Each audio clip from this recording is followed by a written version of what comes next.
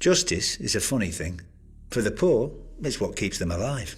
And starving, depending on how the local lord feels about his woods, his streams, his crops. For the rich, justice is what you get if you're not careful enough. Or rich enough. Usually how it works is, you commit a crime and the local lord sends his guards after you.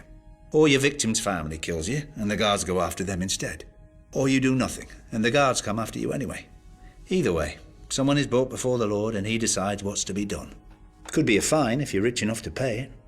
Otherwise, it's the dungeons, the chopping block, or the wall. You'd think most folks would choose the wall.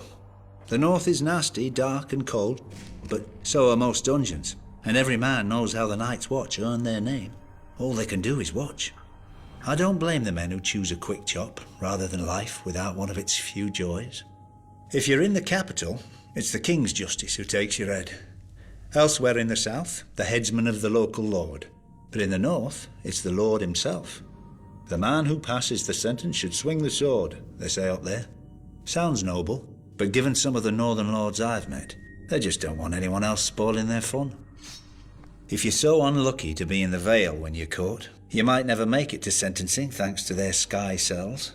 Open on one side to a long fall, with the floor sloping down towards it like a woman's thighs. After a few days, they say the sky starts calling to you.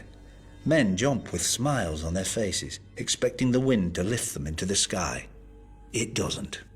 To think Lord Tyrion was one tit-shaped cloud away from death. Lucky for him, he was highborn. If your family honour goes back hundreds of years to a time when your ancestors hit other men harder than they were hit, you have another option. Trial by combat. You either fight your accuser, or you both pick champions to fight on your behalf, and the gods will favour the righteous man.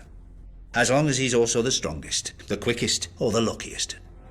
Once in a long while, you may get two real high-born shits having a go at each other, and one of them might be fool enough to demand a trial by 7.